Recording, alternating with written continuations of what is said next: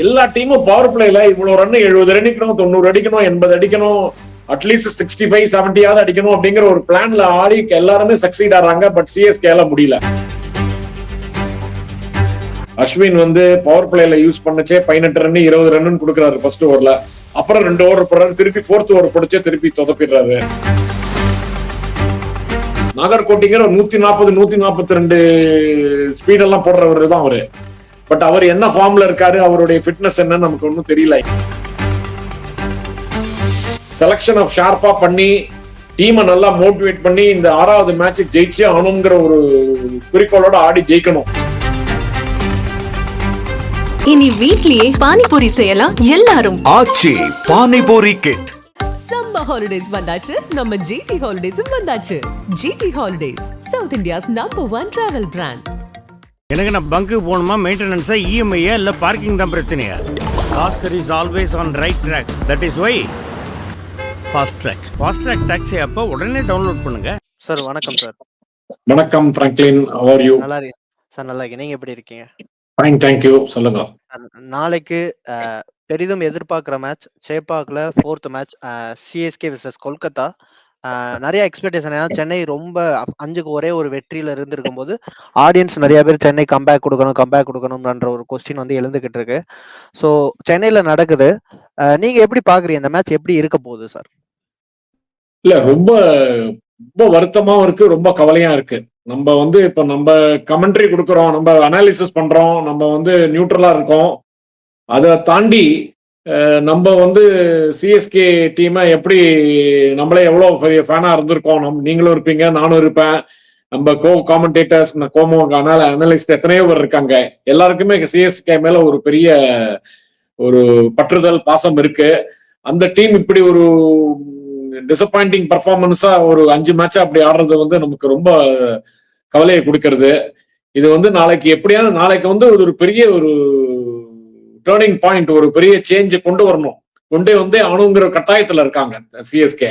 அதனால இது வந்து டீமை பார்த்து செலக்ட் பண்ணி ஒரு நல்ல ஒரு பிளானோட ஆடணும்னு எதிர்பார்க்கலாம். பார்க்கணும் எப்படி நடக்கிறதுன்னு பார்க்கணும். டாஸ் திருப்பி சேப்பாக்கில் தான் நடக்கிறது. 3 ஸ்பின்னர் ஆட போறாங்க. அந்த செலக்ஷன்ல ஒன்றும் ப்ராப்ளமே இல்லை. ஸோ மீதி எல்லாம் வந்து நம்ம வந்து டிஸ்கஸ் பண்ணணும். அதை பார்ப்போம் நம்ம. நீங்க என்ன சொல்லுங்க, நீங்க என்ன எதிர்பார்க்கறீங்க, என்ன சொல்லுங்க நீங்க. ஓகே. இல்ல சார், நான் என்ன நினைக்கிறேன்னா ஃபர்ஸ்ட் வந்து நம்மளோட மைண்ட் செட்டே மாத்தணும். ஏன்னா 2018க்கு அப்புறமே வந்து நம்ம வந்து 180 சேஸ் பண்ண முடியலன்ற ஒரு மென்டாலிட்டி உருவாகுதோ அப்படின்ற கொஸ்டின் எனக்கு எழுகுது. சோ அந்த டார்கெட்டை பார்த்த உடனே ஒரு பயம் வந்துருதோ அப்படின்ற ஒரு கொஸ்டினும் இங்க எழுகுதுல. ஆமா, இப்போ வந்து நம்ம வந்து வேற வழி இல்லை. இப்போ 5 மேட்ச் ஆடிட்டோம், எல்லாமே சேஸ் பண்ணிருக்கோம். எதுலையுமே 165 170 மேல தாண்ட முடியல. நேத்தி மொத்தம் இந்த கடைசி மேட்ச்ல மட்டும் 200 அடிச்சோம். அது கூட எல்லாம் முடிஞ்சதுக்கு அப்புறம் கடைசியில ஒரு தோனி கொஞ்சம் அடிச்சு 6 அடிச்சு, ஜடேஜா கொஞ்சம் அடிச்சு கொண்டு வந்ததுதான் தவிர ஒரு கம்பீட் பண்ற மாதிரி அந்த 200 அடிக்கல. ஒரு எந்த நேரத்துல நம்ம வந்து ஜெயிக்கிற சுச்சுவேஷன்ல நம்ம இல்லவே இல்லை போன மேட்சும். ஸோ அதனால நம்ம வந்து வேற வழி இல்லை. நம்ம வந்து நாளைக்கு டாஸ் வின் பண்ணா பேட்டிங் ஆடி வந்து ஒரு எவ்வளவு ரன் அடிக்கிறோமோ அவ்வளவு ரன் அடிச்சு அதை டிஃபெண்ட் பண்றதுதான் முடியும். நம்ம 3 ஸ்பின்னர் கையில வச்சிருக்கோம். 3 பேருமே நல்ல ரவீந்தர் ஜடேஜா அண்ட் அஸ்வின், இந்திரன் சந்திரன் அப்படின்னு நம்ம எவ்வளவோ பாராட்டி இருக்கோம் இந்தியாவுக்கு அடைச்சே. அவங்க 2 பேரும் முதலையும் சிஎஸ்கேல சேர்ந்து அடைச்சவங்க கொஞ்சம் நல்லா பர்ஃபார்ம் பண்ணவங்க தான் 2 பேரும் சேர்ந்து அவங்க இருக்காங்க. அது தவிர இவங்க 2 பேரும் மீறி நல்லா போடுற போலர் இப்போ வந்து லெப்ட் ஆர்ம் ஸ்பின்னர் இருக்காரு, கிறிஸ் ஸ்பின்னர், ஆப்கானிஸ்தான் ஸ்பின்னர். அவர் ரொம்ப நல்லா போட்டு இருக்காரு. அவர் தான் நல்ல பெஸ்ட் போலர். இப்போ 3 ஸ்பின்னர் அவர் தான் பெஸ்டா போட்டு இருக்காரு. இந்த 3 போலர் வச்சுட்டு நம்ம ஏன் வந்து ஒரு ஸ்கோரை ஒரு ரெக்கார்ட் பண்ணி ஒரு 280 190 200 எது கிடைச்சாலும் அதை வந்து டிஃபெண்ட் பண்றதுக்கு ட்ரை பண்ணக்கூடாதுங்கிற ஒரு எண்ணம் தான் எல்லாருக்கும் இருக்கு. இப்போ அது ரொம்ப முக்கியம். நம்ம அவங்க டாஸ் வின் பண்ணி நமக்கு வந்து பேட்டிங் கொடுப்பாங்கலாம் டவுட். என்ன எல்லா டீமுமே புரிஞ்சுட்டாங்க சிஎஸ்கே வந்து 175 170 தாண்ட மாட்டாங்க, அவங்களால ஸ்கோரை வந்து சேஸ் பண்ண முடியாதுன்னு ஒண்ணு தெரிஞ்சுடுத்து. அதனால நம்ம நாளைக்கு டாஸ் வின் பண்ணா நம்ம பேட்டிங் ஆடி கொஞ்சம் நல்ல ரன் அக்கமுலேட் பண்ணி ஒரு இது பண்ணணும். சேசிங் வந்து முடியலங்கிறது இந்த 5 மேட்ச்ல ப்ரூவ் ஆயிடுச்சு. அதனால நம்ம வந்து வேற வழி இல்லை. இந்த மாதிரி ஆப்ஷனை தான் நம்ம எடுத்தோம். அந்த மாதிரி நிலைமையில தான் இருக்கோம் நம்ம. ஓகே சார், எனக்கு என்ன கொஸ்டின் எழுகுதுன்னா ஒரு மிடில் ஆர்டர்ஸ்ல வந்து ஒரு பவர் கிட்டிங் பிளேயர்ஸ் இல்லாதப்ப ஜாமி ஓவர்டன் நல்லா இங்கிலாந்துக்காக அவரால் பவுலிங் மட்டும் இல்ல ஹிட் பண்ண முடியும்னு காமிச்சுக்கிட்டு இருந்தாரு. ஸோ அந்த இடத்துல ரச்சின் ரவீந்திரா சென்னையில அவ்வளவு ஃபார்ம்ல இல்லாதப்ப நீங்க ஒரு ஆண்ட்ரே சித்தார்த் மாதிரி ஒரு பிளேயருக்கு வாய்ப்பு கொடுத்து, இல்லைன்னா ஒரு சைக் ரசித் மாதிரி ஒரு பிளேயருக்கு வாய்ப்பு கொடுத்து நீங்க ஜாமி ஓவர்டனா ஒரு ஹிட்டரா 5th one R 6th one ஆட வைக்கலாம்ல. ஏன் சென்னை அதை பண்ணாம ரெகுலர் பிளேயிங் லெவன்லயே இருக்கிறாங்க? இல்ல இதுல முக்கியமான விஷயம் என்னன்னு நீங்களே சொல்லிட்டீங்க. ரவீந்திரா வந்து அவர் வந்து ஓப்பனிங்ல ஆடி சக்சஸ் ஆனது நியூசிலாந்துக்கும் சரி, சிஎஸ்கேக்கு முன்னாடி ஆனதும் சரி, அவர் 2 டவுன் 3 டவுன்ல வந்து தான் சக்சீட் ஆயிருக்காரு. ஓப்பனிங்ல சக்சீட் ஆல அவரை அவங்க என்ன நினைச்சிருக்காங்க முதல்ல இருந்தே, ஃபர்ஸ்ட் 2 மேட்ச் யாரானாங்க, ரவீந்திராவும் ராகுல் திரிபாத்தியும். ராகுல் திரிபாதி ஒரு நல்ல ஹிட்டர் தான், நல்ல ஒரு பாசிட்டிவா ஆடுற ஒரு அக்ரெசிவ் பேட்ஸ்மேன் தான். ஆனா அவரு உங்களுடைய துரதிருஷ்டம் ஒரு கிளிக் ஆல. ரவீந்திரா ஒரு ஸ்டெடி பேட்ஸ்மேன், ராகுல் திரிபாதி ஒரு அக்ரெசிவ் பேட்ஸ்மேன். அவங்களோட ஸ்டார்ட் கிடைச்சதுன்னு அப்புறம் கைக்வாட் வந்து மேல இன்னும் நல்லா எடுத்துன்னு போலாங்கிற ஒரு எண்ணத்துல ஆடி இருக்காங்க. அது ரெண்டும் சக்சீட் ஆல. ஸோ அதுக்கப்புறம் திருப்பி வந்து கான்வேயை கொண்டு வந்திருக்காங்க ஓப்பனிங் பேட்ஸ்மேனுக்கு. இப்போ ரவீந்திராவே இப்போ 2 மேட்சா ரன் அடிக்கல, ஃபார்ம்ல இல்ல. ஸோ இப்போ ரவீந்திரா வந்து நம்ம மிடில் ஆர்டர் தான் கொண்டு வந்தானோ. கைக்வாட ஏன் ஓப்பனிங் இறக்க மாட்டேங்கிறாங்கன்னு நமக்கு ஒன்றும் புரியவே மாட்டேங்கிறது. எதனால நீங்களே சொல்லுங்க. எனக்கு ஒரு கொஸ்டின் எழுகுது என்னன்னா, ராகுல் திரிபாதி மிச்ச எல்லா டீமுக்குமே புனே சூப்பர் ஜெயின்ஸுக்கா இருக்கட்டும் இல்ல SRHக்கா இருக்கட்டும் நம்பர் 1ல இறங்கி ஒரு அக்ரெசிவ் கிரிக்கெட் விளையாண்டுருக்கப்ப அவர் ஓப்பனிங் அவரை ப்ரொமோட் பண்றதே இங்க தப்புன்ற ஒரு கொஸ்டின் எழுகுதுல. இல்ல அவரை தப்புன்னு சொல்லல. அது அவரை ட்ரை பண்ணி அவர் ஃபெயிலியர் ஆயிட்டாரு. இப்ப திருப்பி எப்படி கொண்டு வருது? இப்போ வந்து நமக்கு வந்து வேற வழி இல்லை. இப்ப கான்வேயும் கைக்வாடும் ஓப்பனிங் இறங்கி 1 டவுன்ல வந்து நீங்க சொன்னீங்களே ஷாஹித் அப்படின்னு ஒரு பேட்ஸ்மேன், ஆந்திரா பேட்ஸ்மேன், அவரு யங் பேட்ஸ்மேன், அவருடைய ரெக்கார்டை பார்த்தா ரொம்ப நல்லா இருக்கு. அவரை ஏன் ட்ரை பண்ண கூடாது அப்படிங்கிற ஒரு நிலைமைக்கு வந்துட்டோம். இப்போ நம்ம Tamil Nadu player Vijay Shankar 2 match try பண்ணாங்க. ஒரு மேட்ச் ஆடினாரு, 70க்கு மேல அடிச்சாரு. பட் வந்து ரன் ரேட், ஸ்ட்ரைக் ரேட் பெரிய ஸ்ட்ரைக் ரேட்ல இல்ல. அவரால் வந்து ஒரு பெரிய மேட்ச் வின்னிங் இன்னிங்ஸோ இல்ல ஒரு கேம் சேஞ்சிங் இன்னிங்ஸோ ஆட முடியுங்கிற நம்பிக்கை அவர் கொடுக்கல. 2வது மேட்ச்ல அவருக்கு பெரிய சான்ஸ் கிடைக்கல. பட் வேற வழி கிடையாது நமக்கு. நம்ம தமிழ்நாடு பிளேயர் சிஎஸ்கேல ஆடாம இருக்காங்க, இப்போ வந்து ஆடுறாங்க அப்படிங்கிற ஒரு சந்தோஷம் இருந்தாலும் வேற வழி இல்லாம நம்ம விஜய் சங்கரை டிராப் பண்ணிட்டு இவர் ஆண்ட்ரூ சின்ராடியே ஒரு பிளேயர் தான், தமிழ்நாடு பிளேயர் தான். பட் அவர் வந்து ஒரு பெரிய எக்ஸ்ப்ளோசிவ் பேட்ஸ்மேன் கிடையாது. இது வரைக்கும் அவர் வந்து ஒரு ரஞ்சி டிராஃபில தான் ஒரு சீசன் நல்லா ஆடி இருக்காரு. ஒரு அண்டர் 19 பிளேயர்ல இருந்து வந்து வெளில வந்து நல்லா ஆடி இருக்காரு. பட் அவர் வந்து பெரிய அட்டாக்கிங் பேட்ஸ்மேன் இல்ல. அவர் ட்ரை பண்றதுக்கு பதிலா அந்த ஷாஹித்தை ட்ரை பண்ணாதான் நமக்கு வந்து ஷாஹித் ரஷீத் அவருடைய ரெக்கார்ட் எல்லாம் பார்த்தா அவர் தான் ஒரு வந்து 1 டவுன்ல. இப்போ இவங்கெல்லாம் எல்லா டீம்லயும் ஒரு யங் பிளேயர் வந்து ஃபியர்லெஸ் கிரிக்கெட் ஆடுறாங்க. எல்லா டீம்லயும் அது மாதிரி ஒரு பிளேயர் இருக்காங்க. நம்ம சிஎஸ்கேல இல்ல. அவங்க இப்ப இந்த 25ல எடுத்திருக்கிறது இவர் வந்து ஷாஹிதை வந்து அந்த ஒரு எண்ணத்துலதான் எடுத்திருப்பாங்க. அவர் ஒரு அட்டாக்கிங் பேட்ஸ்மேன், அவர் வந்து நம்ம ஒரு சர்ப்ரைஸா யூஸ் பண்ணலாம் தான் எடுத்திருப்பாங்க. அவரை வந்து அந்த எண்ணத்துல எடுத்திருந்தாங்கன்னா அவரை யூஸ் பண்ற நேரம் இதுதான். இதை விட்டுட்டா நமக்கு இந்த திருப்பி வந்து வேற வழியே கிடையாது அப்படின்னு என்னுடைய ஃபீலிங்ஸ். ஓகே சார், எனக்கு என்ன ஒரு டவுட் எழுதுன்னா, பேட்டிங்ல நம்ம சொதப்புறோன்றப்ப மும்பைக்கு எதிராக மட்டும்தான் அந்த 165க்குள்ள பவுலர்ஸ் வந்து கட்டுப்படுத்தினாங்க. அதுக்கப்புறமே வந்து பவுலர்ஸும் ரன்ஸ் ரீக் பண்றதா இருக்கட்டும், இல்ல அந்த ருத்ராஜ் வந்து 12 ஓவர் ஸ்பின்ன கொடுக்காம இருக்கிறதா இருக்கட்டும். அடுத்து முகேஷ் குமார், அன்சுல் கம்போஜ் மாதிரி ஒரு நல்ல ஃபாஸ்ட் பவுலர் பெர்ஃபார்ம் பண்ணிட்டு இருக்கும்போது அவருக்கு பதிலா முகேஷ் குமார் அவர் ஆட வச்சதா இருக்கட்டும். இந்த ஒரு பவுலிங் கொலாப்ஸ்லயும் நம்ம எப்படி பார்க்கலாம்? போலிங்கை பொறுத்த வரைக்கும் ஒரே ஒரு ஸ்பாட்ல தான் திருப்பி ரிப்பீட்டடா மிஸ்டேக் பண்ணிட்டு இருக்காங்க. நீங்க சொன்ன மாதிரி கலீல் அஹ்மத் நல்லா செட் ஆயிட்டாரு. அவர் தான் நமக்கு இந்த only fast bowler who is performing consistently well. முதல்ல வந்து ஃபாரின் ஃபாஸ்ட் பவுலர்ஸ்ல ஓவர் நீங்க சொன்ன மாதிரி ஓவர்டர்ன் ட்ரை பண்ண, அதுக்கப்புறம் வரும் ஓவர்டர்ன். நீங்க ஆல்ரவுண்டரா கன்சிடர் பண்ணதை பத்தி அப்புறம் பேசுவோம். Overton as a bowler failure ஆயிட்டாரு. அப்புறம் Sam Curran as a bowler failure ஆயிட்டாரு. அவர் ஆல்ரவுண்டராகவும் ஃபெயிலியர் ஆயிட்டாரு. அவர் வந்து எஸ்டாப்ளிஷ் ஆல்ரவுண்டர், ஏற்கனவே சிஎஸ்கேக்கு ஓரளவுக்கு ஆடின ஆல்ரவுண்டர். அவரால் சக்சீட் ஆக முடியல. அதுக்கு பதிலா ஓவர்டர்ன் கொண்டு வந்தாங்க. ஓவர்டர்ன் வந்து ஒரு சிக்ஸர்லாம் அடிச்சாரு, ஒரு சிக்ஸர் அடிச்சாரு. பட் போலிங்ல அவர் ஒன்றும் எஃபெக்டிவா இல்ல. அது தவிர ஒரு ஃபீல்டிங் கிரிட்டிக்கலா ஒரு கேட்ச் டிராப் பண்ணாரு அவர் அந்த மேட்ச்ல. ஸோ இதெல்லாம் சேர்ந்து அவங்களை வந்து கன்ஃபியூஷன்ல கிரியேட் ஆயிடுச்சு டீம் மேனேஜ்மெண்ட்டுக்கு. இப்போ வந்து நமக்கு பண்ண வேண்டிய வேலை, Khaleel Ahmed left arm fast bowler நல்லா செட் ஆயிட்டாரு.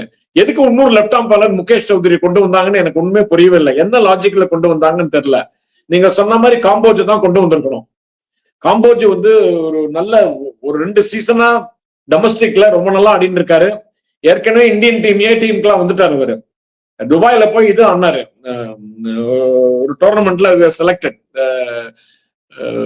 அந்த டோர்னமெண்ட் பேர் ஞாபகம் இல்லை, இப்பதான் போன ஒரு 6 மாசம் முன்னாடி. அதுல நல்லா போட்டாரு. அவரு பேட்டிங்கும் நல்லா ஆடுறாரு. அவர் வந்து பேட்டிங் நல்லா ஆடுறாரு. கடைசியில அந்த நம்பர் 8, 9ல வந்து சிக்ஸர்லாம் அடிக்கிறாரு அவரு. அவர் வந்து ஒரு போலிங் ஆல்ரவுண்டர் தான் அவரு. அவருடைய இதுவே கேட்டகரியே வந்து போலிங் ஆல்ரவுண்டர். அதுலதான் எடுத்திருக்காங்க. அவர் 2.2 crore கொடுத்து எடுத்திருக்காங்க. அவரை யூஸ் பண்ண மாட்டேங்கிறாங்க. நம்ம Tamil Nadu fast bowler left arm, ஒரு லெப்ட் ஆர்ம் ஃபாஸ்ட் பவுலர் இன்னொரு லெப்ட் ஆர்ம் ஃபாஸ்ட் பவுலரும் எடுக்கிறாங்கன்னு அதுக்கு வந்து தமிழ்நாடு பிளேயரா கூட எடுத்திருக்கலாம். அவரை கூட 4 கோடி கொடுத்து எடுத்தாங்க. அவர் சிஎஸ்கே ட்ரைனிங் கேம்ப்லயே ட்ரெயின் ஆகி வந்த பவுலர். அவரு தமிழ்நாடுக்கு ஒரு சீசன் பிரமாதம் ஆடி இருக்காரு. ரஞ்சி டிராஃபிலையும் நல்லா ஆடி இருக்காரு, முஸ்டாக் அலி டிராஃபிலையும் நல்லா ஆடி இருக்காரு. அதுக்கப்புறம் இன்ஜுரினால கொஞ்சம் அவருக்கு ஒரு செட்பேக் வந்தது. எல்லாத்தையும் விட்டுட்டு இப்படி பண்றாங்க. இந்த வாட்டி முகேஷ் சௌத்ரிய 2 மேட்ச் சான்ஸ் கொடுத்தாச்சு. அவர் ஏற்கனவே சிஎஸ்கேக்கு ஆடி இருக்காரு. அவர் வந்து ஒரு சீனியர் பிளேயர். ஒரு சீசன் நல்லா பெர்ஃபார்ம் பண்ணாருங்கிற ஒரு அவங்க வந்து ஒரு ரூல் மாதிரி வச்சிருக்காங்க. முன்னாடி இருந்த பிளேயரு, எக்ஸ்பீரியன்ஸ் பிளேயர்ஸை நம்ம வந்து முதல்ல ட்ரை பண்ணணுங்கிற ஒரு ரூல்ஸ் மாதிரி வச்சுட்டு அது மாதிரி ஆடுறாங்க. அது மாதிரி பார்த்தா கூட அவங்க ஆடி அவர் சக்சீட் ஆல. அவர் பேட்டிங் எபிலிட்டியும் கிடையாது அவருக்கு. நீங்க சொன்னதுதான் கரெக்ட், காம்போஜை தான் ட்ரை பண்ணணும். அப்படி இல்லைன்னு நம்ம தமிழ்நாடு பிளேயர் குஜன்பரீத் சிங்கே நம்ம ட்ரை பண்ணலாம். போலிங்ல பொறுத்தவரைக்கும் அது ஒண்ணுதான் வீக்னஸ். 3 ஸ்பின்னர் இருக்காங்க. 3 ஸ்பின்னரும் வந்து டிஃப்ரெண்ட் டயத்துல கொஞ்சம் கன்சிஸ்டன்டா பர்ஃபார்ம் பண்ணல. அஸ்வினே எடுத்துக்கங்களேன். அஸ்வின் வந்து பவர் பிளேல யூஸ் பண்ணச்சே 18 ரன் 20 ரன் கொடுக்குறாரு ஃபர்ஸ்ட் ஓவர்ல. அப்புறம் 2 ஓவர் போடுறாரு, திருப்பி 4th ஓவர் போடுச்சே திருப்பி சொதப்பிடுறாரு. ஜடேஜா ஸ்டடியா போடுறாரு, பட் விக்கெட் அவரால் பெரிய விக்கெட்ல எடுத்து பிரமாதமா போடுற மாதிரி தெரியல. அண்டு இவர் தான் நல்லா போட்டுட்டு இருக்காரு ஸ்பின்னர், நம்ம லெப்ட் ஆர்ம் ஸ்பின்னர் தான். அது ஒண்ணுதான் நமக்கு வந்து மேட்ச் வின்னிங் போலிங் பர்ஃபார்மன்ஸா இருக்கு. இப்போ வந்து நமக்கு முக்கியமா லூப் ஹோல் வந்து கிளியர் பண்ண வேண்டிய லூப் ஹோல் வந்து செகண்ட் ஃபாஸ்ட் பவுலர் தான். பத்திரானாவும் சரியா போடல, பத்திரானாவும் கன்சிஸ்டன்டா போடாததான் நமக்கு ப்ராப்ளம். பட் நமக்கு பத்திரானா விட்ட ஆப்ஷன் யாரும் இல்ல.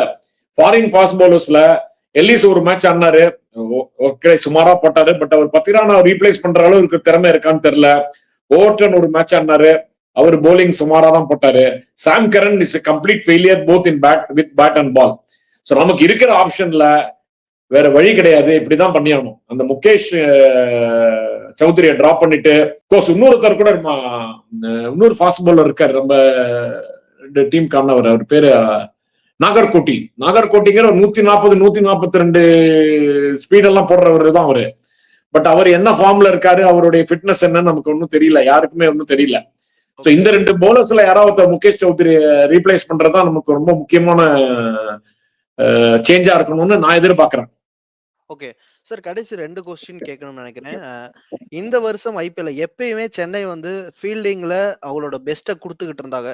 இந்த வருஷம் one of the failure fielding டீம்னே சொல்லலாம். 12 கேட்ச், அதுவும் 5 மேட்ச்ல 12 கேட்ச் டிராப் பண்ணியிருக்காங்க. செகண்ட் டீம் வந்து LSG and Punjab 6 catch drop பண்ணியிருக்காங்க.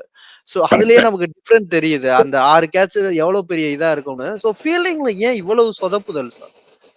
என்னன்னு தெரியல, கோச்சிங் ஸ்டைல்னால அப்படியா, இல்லைன்னா பிளேயர்ஸோட மைண்ட் செட்டா, அல்லது போலிங் பர்ஃபார்மன்ஸும் நல்லா இல்ல, பேட்டிங் நல்ல பர்ஃபார்மன்ஸும் நல்லா இல்லைங்கிறது அதோட சேர்ந்து இதுவும் இப்படி அதே மாதிரி அதே லைன்ல வந்துருத்தா என்னன்னு தெரியல. கிரிட்டிக்கல் டயத்துல எல்லாம் கேட்ச் விடுறாங்க.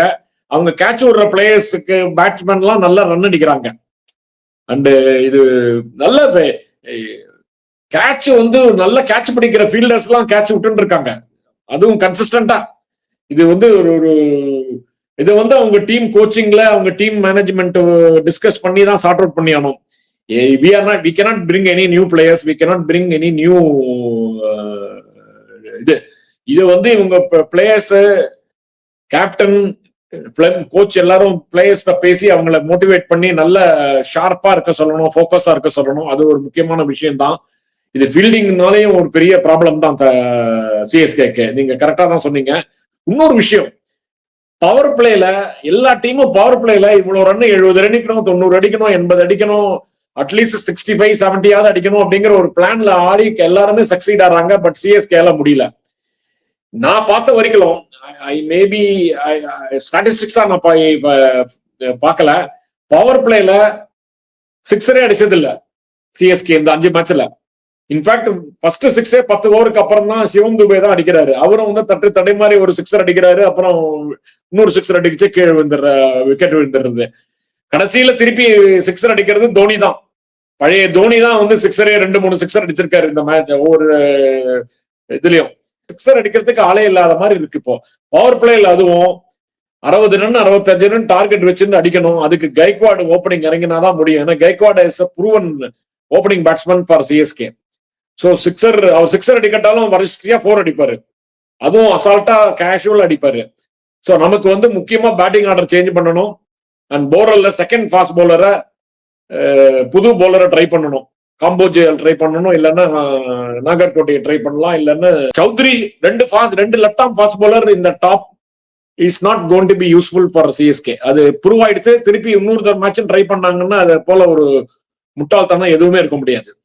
ஓகே சார், கடைசி கொஸ்டினா ஃபிளெமிங்கை பத்தி ரீசெண்டா 2 days ரொம்ப நெகட்டிவ். ஃபிளெமிங் வந்து ஒரு கோச்சா ஃபெயிலியர் கோச். சென்னைக்காக 17 வருஷம் கோச் பண்ணியிருக்காரு. 17 வருஷமும் டீம்ல இருந்திருக்காரு, பிளேயரா இருந்திருக்காரு, அடுத்து கோச்சா மாறினாரு. ஒன் ஆஃப் த சக்சஸ்ஃபுல் கோச்சா இருந்திருக்காரு டோனியும் அவரோட காம்போல. ஆனா கடைசி 2 வருஷம் ருத்ராஜ் தலைமைக்கு அப்புறம் டீம் ரொம்ப சரிவு இருக்கிறதுக்கு அவர் தான் காரணம். தோனி இல்லைன்னா அவர் வந்து ஒரு ஃபெயிலியர். ஏன்னா சவுத் ஆப்பிரிக்கா T20லயும் அவரால் ஜெயிக்க முடியல. அடுத்து இன்னும் நிறைய லீக்ல வந்து அவரால் கப்பு ஜெயிக்க முடியல அப்படின்ற ஒரு விமர்சனமும் அவர் மேல எழுகுதுல. இல்ல பிளமிங்ஸ் அதான் இப்ப எப்பவுமே இதே மாதிரி ஒரு தோல்வி வந்தாலே உடனே வந்து நம்ம வந்து ஒரு கோச்சை இல்லைன்னா கேப்டன் தான் அட்டாக் பண்ணுவோம். கைக்வாட் கேப்டன்சி லீடர்ஷிப்பு நிறைய கேள்விக்குறி இருக்கு. பிளமிங்ஸ் அவர் இந்தாட்டி அவர் தான் ஆக்சுவல் அவர் தான் இருந்தாரு, டீமை செலக்ட் பண்ணாரு. அதனால அதோட அந்த டீமை செலக்ட் பண்ண பொறுப்பு அவருக்கு தான். தோனி வந்து பேக்ரவுண்ட்ல இருக்காங்க, செலக்ஷன்ல டீம் செலக்ஷன் ஆக்ஷன்ல எல்லாம் அவர் பேக்ரவுண்ட்ல இருக்காரு. இவர் வந்து காசி விஸ்வநாதன் அவர் கன்சல்ட் பண்ணி தான் செலக்ட் பண்றாங்க அப்படிங்கிற பேச்செல்லாம் இருந்தாலும் இந்த வாட்டி நம்ம பார்த்தோம் பிளமிங்ஸே ஃபுல் ஆக்ஷன்ல ஃபுல்லா இருந்தாரு. அவருடைய பார்ட்டிசிபேஷன் இருந்ததுனால அவர் வந்து ரெஸ்பான்சிபிலிட்டி எடுத்துக்கணும்.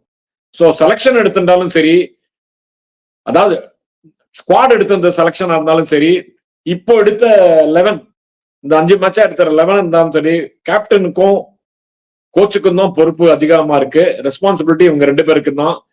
பிளமிங்ஸ் வந்து அந்த அந்த டெஃபினட்டா அந்த பொறுப்பு எடுத்துதான் ஆகணும். அதை பார்த்தா அவருடைய பெர்ஃபார்மன்ஸ் டெஃபினட்டா நாட் சாட்டிஸ்ஃபேக்டரி. அதை பத்தி டவுட்டே கிடையாது.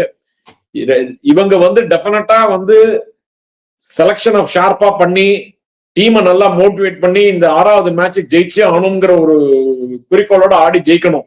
அப்பதான் வந்து டீமோட மொரால் எல்லாமே திரும்பி வரும். இப்ப டீம் மொராலே ரொம்ப பேடா இருக்கு. ஸோ இதை வந்து பிளமிங்ஸ் பொறுப்பெடுத்துக்கணும். அவரோட ரெஸ்பான்சிபிலிட்டி அதுக்கு ரொம்ப ஜாஸ்தியா இருக்கு. அதை வந்து அவர் ஃபுல்ஃபில் பண்ணணும். அது டவுட்டே இல்லை. அந்த மாதிரி. ஓகே சார், கடைசி கொஸ்டினா நாளைக்கு நடக்க போற மேட்ச் எப்படி இருக்க போது? சிஎஸ்கேக்கு எதுலயாச்சும் எட்ஜ் இருக்கா, இல்ல கொல்கத்தா ஒரு ஃபயரோட வராங்க? கடைசி மேட்ச் 5 ரன் வித்தியாசத்துல தோல்வியை சந்திச்சாங்க. 230 ரன் சேஸ் பண்ணும்போது யார் எட்ஜ் நீங்க பாக்குறீங்க? யாரு ஜெயிக்க வாய்ப்பு இருக்கு? எட்ஜ் வந்து is only in Kolkata knight riders தான். அதுல டவுட்டே கிடையாது. As a team they are performing far better, though they are also not having very big wins. நீங்க சொன்ன மாதிரி போன மேட்ச் 5 மேட்ச்ல 5 ரன்ல தான் தோத்தாங்க. அது வந்து ஒரு அன்பார்ச்சுனேட் தான். நல்லா சேஸ் பண்ணாங்க, நல்ல ஒரு பர்ஃபார்மன்ஸ் கொடுத்தாங்க. நமக்கு வந்து நம்ம பர்ஃபார்மன்ஸ் கடைசியா 2-3 மேட்சா ரொம்ப மோசமா தான் இருக்கு. அதனால நமக்கு வந்து நம்ம வந்து அண்டர் டாக்ஸ் தான் நாளைக்கு. பட் அண்டர் டாக்ஸ் சமயத்துல அண்டர் டாக் ஆடுறதுதான் பெரிய அட்வான்டேஜ். அந்த அட்வான்டேஜ் எடுத்து நல்லா ஆடி ஜெயிக்க முடியுங்கிற ஒரு நம்பிக்கை எனக்கு ஓரளவுக்கு இருக்கு. சார் கண்டிப்பா அடுத்த மேட்ச் முடிஞ்சதுக்கு அப்புறம் அடுத்த இதுல நம்ம நிறைய பேசலாம். நேரத்திற்கு ரொம்ப நன்றி. நன்றி. இனி வீட்லயே பானிபூரி செய்யலாம் எல்லாரும். Aachi panipuri kit. Summer holidays வந்தாச்சு, நம்ம ஜிடி ஹாலிடேஸும் வந்தாச்சு. GT holidays, south India's #1 travel brand. எனக்கு நான் பங்கு போகணுமா மெயின்டெனன்ஸா இஎம்ஐயா இல்லை பார்க்கிங் தான் பிரச்சனையா? Oscar is always on right track. That is why fast track taxi அப்போ உடனே டவுன்லோட் பண்ணுங்க.